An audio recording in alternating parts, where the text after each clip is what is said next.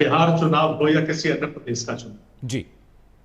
हमने जब भी अगर चुनाव लड़ा है तो क्षेत्र की मूलभूत समस्याओं के ऊपर, जनता की मूलभूत समस्याओं के आधार पर चुनाव।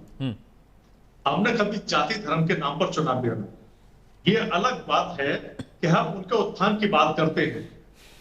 सभी बाबा साहब का जो संविधान है वो भी इस बात का द्योतक है कि सभी की समानता हो, और ये लोकतांत्रिक देश है। लोकतांत्रिक देश में कोई ना ऊंचा है, ना कोई नीचा है, ना कोई बड़ा है, ना कोई छोटा है, सभी बराबर हैं और वोट देने का अधिकार सभी का बराबर जी। लिहाजा अब ये अलग बात है कि कौन किसको कितना वोट करता है।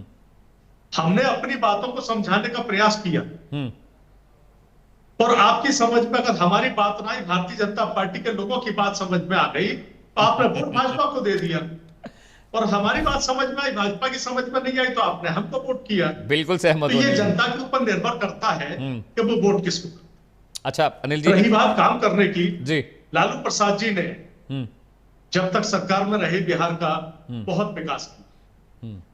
पिछली सरकार में तेजस्वी यादव जी डिप्टी सीएम थे और उस दौरान कितने सारे रोजगार सृजन हुए, उनके हटने के बाद कितने रोजगार सृजित हो रहे हैं। रही बात सीट बंटवारे की, तो हम आपको बिल्कुल स्पष्ट बता दें, रिकॉर्ड उठा लीजिए, कांग्रेस के साथ जिसका भी समझौता हुआ है वहां किसी भी तरह की सीट बंटवारे की कोई कलह नहीं हुई।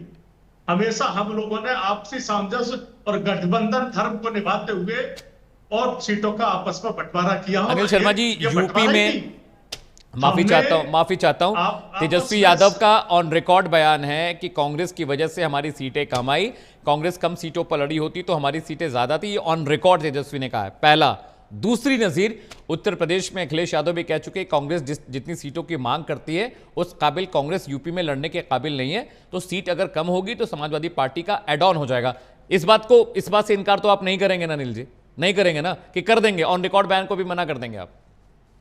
मैंने अखिलेश जी का बयान नहीं सुना है। अच्छा चलिए, तेजस्वी का तो सुना। बात को कहते हैं, सुन लीजिए, तेजस्वी जी अगर इस बात को कहते हैं कि कांग्रेस की वजह से हमारी सीटें घटी, कांग्रेस अलर्ट लड़ती, तो ये कोई वजह रही होगी जब उनके मुख से इस बात की उद्गार निकले।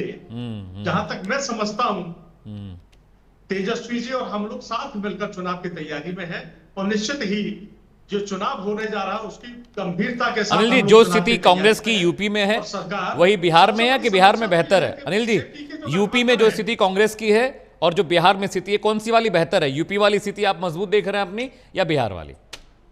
कहां पे आपको लगता है मजबूती है? वर्तमान स्थिति के बारे में अगर बात करें, बिहार का चुनाव सिर पर है, यूपी का चुनाव हो चुका है, 27 में चुनाव आएगा, तब उसकी चुनाव के संगठन की स्थिति। हम संगठन सृजन में लगे हुए हैं, पूरे देश में संगठन को हम लोग मजबूत करने में लगे। जहां भी कमजोरियां रही हैं हमने उसको अस्वीकार नहीं किया है। ठीक है प्रभात, ठीक है, कमजोरियां हैं तो ठीक है, स्वीकार किया है, ठीक है, मजबूत करने का काम हम डन। पॉइंट टेकन प्रभात।